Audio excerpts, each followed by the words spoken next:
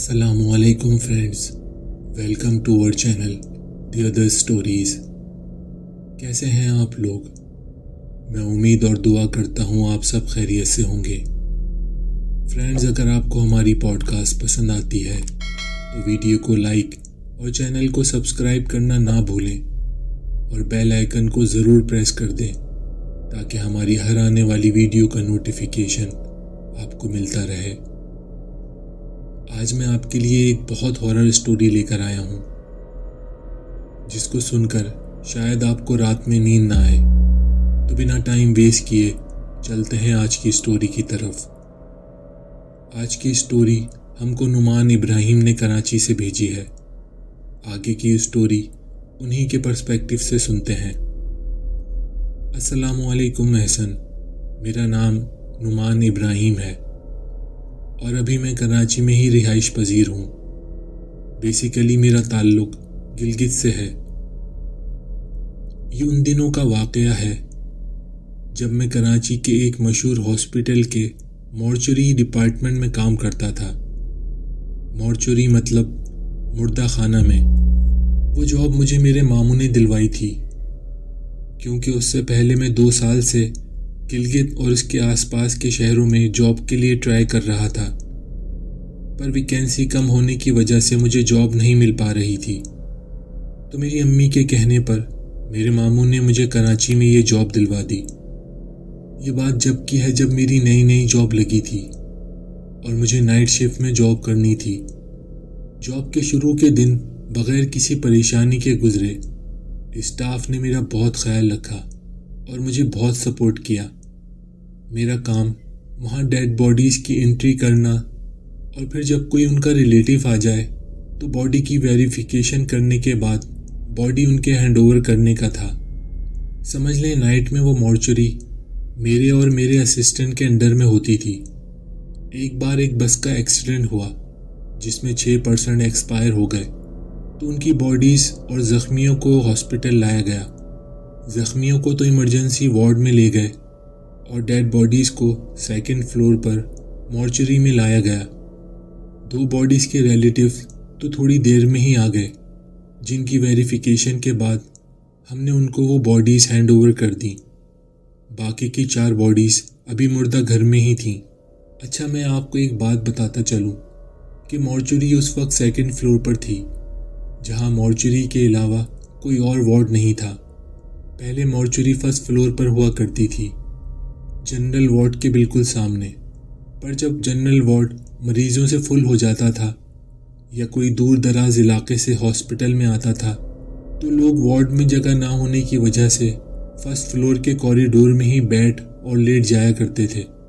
پھر جب لوگوں کے سامنے سے لاش کو مورچری میں شفٹ کیا جاتا تھا تو بہت سے کمزور دل کے لوگ ان کو دیکھ کر ڈر جایا کرتے تھے، کیونکہ ہمارے ہاسپٹل میں ہر طرح کے پیشنٹ آیا کرتے تھے۔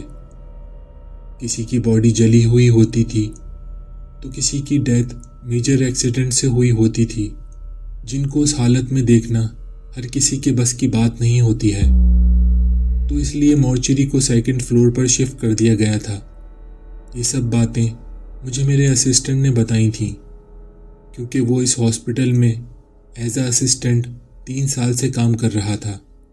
خیر، میں واقعے کی طرف آتا ہوں۔ رات بہت زیادہ ہو گئی تھی۔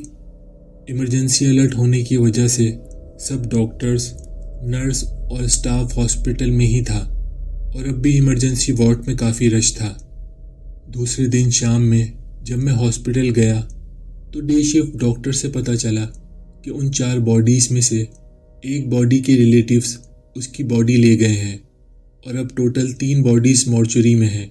اور اتنے میں میرے اسسٹنٹ کی کال آ گئی کہ اس کو ایمرجنسی میں 3 دن کے لیے اپنے شہر جانا پڑ گیا ہے۔ میں نے کوئی آبجیکشن نہیں کیا کیونکہ ابھی اتنا زیادہ کام بھی نہیں تھا، پر اس کو اپنا کام جلدی ختم کر کے آنے کو کہا۔ پر میں آنے والے خوفناک ایکسپیرینس سے بے خبر تھا، ورنہ اس کو کبھی جانے نہیں دیتا۔ اس رات میں اپنے روٹین کے کاموں میں بزی تھا۔ میں اس وقت اپنے فلور پر بالکل اکیلا تھا۔ سارا اسٹاف نیچے ایمرجنسی وارڈ میں تھا۔ کام کرتے کرتے مجھے محسوس ہوا جیسے کوئی مورچری کا دروازہ کھول کر مورچری کے اندر گیا ہے۔ جب میں نے دروازے کی طرف دیکھا تو وہ بالکل اسٹل تھا۔ میں نے اس کو اپنا وہم سمجھا اور پھر سے اپنے کام میں بزی ہو گیا۔ تھوڑی دیر ہی گزری تھی کہ مجھے پھر سے وہی محسوس ہوا کہ کوئی مورچری کے اندر گیا ہے، پر اس بار دیکھنے پر دروازہ تھوڑا کھلا ہوا دکھائی دیا۔ میں سوچنے لگا کہ میرے فلور پر تو میرے علاوہ کوئی نہیں ہے اور کہیں سے ہوا بھی نہیں آ سکتی کہ جس سے دروازہ ہل جائے، پھر کون مورچری میں گیا ہے؟ یہ سوچتے ہی مجھے ڈر لگنے لگا اور میں ڈرتے ہوئے مورچری کے اندر گیا۔ میں نے مورچری کی لائٹ آن کی، پر وہاں کچھ ایب نارمل نہیں تھا اور میں نے سکھ کی سانس لی۔ پر جیسے ہی میں نے مورچری کی لائٹ آف کی، مجھے اپنے پیچھے سے دھم کی آواز آئی۔ میں ڈر سے اپنی جگہ پر جم گیا۔ اچانک ہارٹ بیٹ تیز ہو گئی اور انجانے سے خوف نے مجھے گھیر لیا۔ تھوڑی دیر بعد جب کوئی اور آواز نہیں آئی تو میں نے پھر سے لائٹ آن کی۔ اب جو میں نے دیکھا اس نے میرے ڈر کو 100 گنا بڑھا دیا تھا، کیونکہ ان 3 باڈیز میں سے جو میل کی باڈی تھی وہ زمین پر گری ہوئی تھی۔ میری کچھ سمجھ نہیں آ رہا تھا کہ خود سے باڈی اسٹریچر سے نیچے کیسے گر گئی ہے۔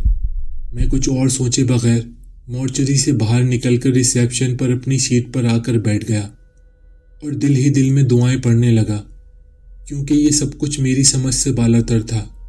میں اپنے ڈر کو دور کرنے کے لیے موبائل نکال کر گیم کھیلنے لگا اور سوچنے لگا جب تک کوئی وارڈ بوائے نیچے سے نہیں آئے گا، جب تک میں مورچری میں نہیں جاؤں گا، چاہے کچھ بھی ہو جائے۔ پر بار بار نہ چاہتے ہوئے بھی میری نظریں مورچری کی طرف جا رہی تھیں۔ ابھی تھوڑی دیر ہی گزری تھی کہ نیچے سے وارڈ بوائے چائے لے کر آ گیا، تو میں نے اس کو ساری باتیں بتائیں۔ وہ بھی تھوڑا ڈر گیا تھا۔ پھر ہم دونوں مورچری میں گئے تو مجھے ایک بار اور جھٹکا لگا۔ وہ باڈی جو ابھی کچھ دیر پہلے زمین پر پڑی تھی اب واپس سے اسٹریچر پر تھی۔ میں حیرت سے اس لاش کو دیکھ رہا تھا۔ وارڈ بوائے ہنستے ہوئے کہنے لگا کہ آپ کو وہم ہو گیا ہوگا، یہاں تو سب نارمل ہے، آپ نے مجھے بھی خامخواہ ڈرا دیا۔ پر سب نارمل دیکھنے کے بعد اس کو جواب دینے کے لیے میرے پاس کچھ نہیں تھا۔ وہ تھوڑی دیر میرے پاس ہی رکا، پھر نیچے واپس چلا گیا۔ مجھے اپنی ذہنی حالت پر شک ہونے لگا تھا۔ چائے پی کر تھوڑی تازگی آئی تو میں سب باتیں بھلا کر پھر سے اپنے کام میں مصروف ہو گیا۔ تھوڑی دیر ہی گزری تھی کہ مجھے کسی کے رونے کی آواز آنے لگی، جیسے کوئی بڑی تکلیف میں رو رہا ہو۔ میں ڈر سے سہم گیا تھا، پر پھر میں نے اپنے آپ کو سمجھایا کہ نیچے وارڈ سے کسی مریض کی درد سے رونے کی آواز آ رہی ہوگی، اور پھر میں اس رونے کی آواز کو یکسر نظر انداز کر کے پھر سے اپنے کام میں لگ گیا۔ چند منٹ ہی گزرے ہوں گے کہ مجھے وہ رونے کی آواز تھوڑی اور زور سے آئی۔ اب کی بار میں نے صاف محسوس کیا تھا کہ وہ آواز مورچری سے ہی آ رہی ہے۔ میرا دل زور زور سے دھڑکنے لگا اور ڈر سے میری ٹانگیں کانپنے لگیں۔ میں اپنے آپ کو نارمل رکھنے کی کوشش کرنے لگا اور کوئی لاجک ڈھونڈنے لگا اور سوچنے لگا شاید ان ڈیڈ باڈیز میں کوئی زندہ ہو اور وہ درد اور تکلیف سے رو رہا ہو۔ میں نہ چاہتے ہوئے بھی مورچری کی طرف جانے لگا۔ میں نے ڈرتے ہوئے دروازہ کھولا اور مورچری کی لائٹ آن کی اور ایک ایک کر کے تینوں باڈیز کی ہارٹ بیٹ چیک کی، پر ان میں سے کسی کی بھی ہارٹ بیٹ نہیں آ رہی تھی۔ میں ابھی وہیں کھڑا تھا کہ پیچھے سے کسی نے مجھے آواز دی۔ میرا دل حلق میں آ گیا تھا۔ ایسا لگا جیسے جسم سے روح نکل کے واپس آئی ہو۔ میں نے پیچھے مڑ کر دیکھا تو وارڈ بوائے کھڑا تھا۔ میں نے لمبی سانس لی اور اس کو 2-4 گالیاں بھی دیں کہ تمہاری وجہ سے ابھی مجھے ہارٹ اٹیک آ جاتا۔ خیر لائٹ آف کر کے میں باہر آیا تو ریسیپشن پر کچھ لوگ کھڑے تھے جو باڈی کے لیے آئے تھے۔ خیر نارمل پروسیجر کے بعد 2 باڈیز اور چلی گئیں۔ اس سب میں رات کے 2 بج چکے تھے۔ مجھے اب تھوڑی تھوڑی نیند آنے لگی تھی تو میں نے وارڈ بوائے سے 1 کپ چائے لانے کو کہا۔ ابھی میری شفٹ ختم ہونے میں 5 گھنٹے باقی تھے۔ تھوڑی دیر میں وارڈ بوائے چائے لے آیا اور میرے پاس بیٹھ گیا۔ میں نے بڑی مشکل سے اپنے ڈر پر قابو پایا تھا کہ اس نے پھر سے وہی ٹاپک چھیڑ دیا کہ ایک بار رات کی ہی شفٹ میں ایک باڈی کے اندر جن آ گیا تھا جو کسی عورت کی باڈی تھی، تو اس لاش میں جان آ گئی تھی اور وہ اٹھ کر اس رات کے شفٹ والے ڈاکٹر کے پاس آ گئی جس کی آنکھیں بالکل سفید ہو گئی تھیں، اور اس نے ڈاکٹر سے کہا، مجھے بھوک لگی ہے، کھانا دو۔ وارڈ بوائے کے ایسے کہتے ہی میرے جسم میں سرسری سی دوڑ گئی اور میں نے اس کو انگلی کے اشارے سے بالکل چپ رہنے کو کہا۔ وہ مسکراتا ہوا اپنی جگہ سے اٹھا اور نیچے چلا گیا، پر جاتے جاتے وہ میرے ڈر کو پھر سے زندہ کر کے چلا گیا تھا۔ اب مجھے اپنے آس پاس ہر چیز سے ڈر لگنے لگا تھا۔ ایک ہلکی سی سرسراہٹ بھی کسی بم کی طرح لگ رہی تھی۔ میرا کام بھی مکمل ہو گیا تھا اور کرنے کے لیے کچھ اور بھی نہیں تھا۔ میں بس دعا کر رہا تھا کہ جلدی سے 7 بج جائیں اور صبح کی شفٹ والا ڈاکٹر آ جائے تو میں یہاں سے بھاگ جاؤں، پر ابھی تو بہت کچھ ہونا باقی تھا جو میں خواب میں بھی نہیں سوچ سکتا تھا۔ خیر، میں پھر سے موبائل نکال کر اس میں گیم کھیلنے لگا۔ کچھ دیر کچھ نہیں ہوا اور میں تھوڑا ریلیکس ہو گیا کہ اچانک میری نظر مورچری کی طرف گئی جس کے ڈور کے گلاس میں سے کوئی مجھے اندر سے دیکھ رہا تھا، اور میرے اس کو دیکھتے ہی وہ پیچھے ہٹ گیا۔ اف، ایسن اس منظر نے میری روح تک کو ڈرا دیا تھا۔ میں اپنی جگہ پر بیٹھا تھر تھر کانپ رہا تھا، ہاتھ پیر ٹھنڈے پڑ چکے تھے، خون سوکھ چکا تھا۔ میں چاہ کر بھی اپنی اس کیفیت کے بارے میں نہیں بتا سکتا۔ آپ خود کو میری جگہ رکھ کر سوچیں تو شاید میری حالت کا آپ کو تھوڑا بہت اندازہ ہو جائے۔ میں بھی سکتی کی کیفیت میں ہی تھا کہ کسی نے مورچری سے میرا نام پکارا، نعمان میرے پاس آؤ، دیکھو مجھے کتنی چوٹ لگ گئی ہے۔ میں نے سوچ لیا تھا کہ کچھ بھی ہو جائے، اگر مجھے اپنی جان بچانی ہے تو مجھے اپنی جگہ سے 1 انچ بھی نہیں ہلنا۔ مجھے وارڈ بوائے کی باتیں یاد آنے لگی تھیں۔ میں سانس روک کر کسی بت کی طرح وہاں بیٹھا رہا۔ پھر وہ آواز دوبارہ آئی، پر اس بار وہ بہت غصے والی تھی۔ نعمان، میں نے کہا نا، میرے پاس آؤ۔ میرا دل کر رہا تھا ابھی 2nd فلور سے نیچے کود جاؤں، پر میں تو اپنی جگہ سے ہل تک نہیں پا رہا تھا۔ اب جو میں نے دیکھا اس پر شاید آپ کو یقین نہ آئے، پر یہ سچ ہے۔ مورچری کا دروازہ خود سے کھلا۔ میں ذہنی طور پر اپنی موت کے لیے تیار ہو گیا تھا اور سوچ رہا تھا ابھی وہ ایک بچی ہوئی لاش میری نظروں کے سامنے آئے گی، پر وہاں سے وہ لاش نہیں، ایک پرچھائی باہر آئی۔ وہ ہلکے ہلکے میری طرف آ رہی تھی۔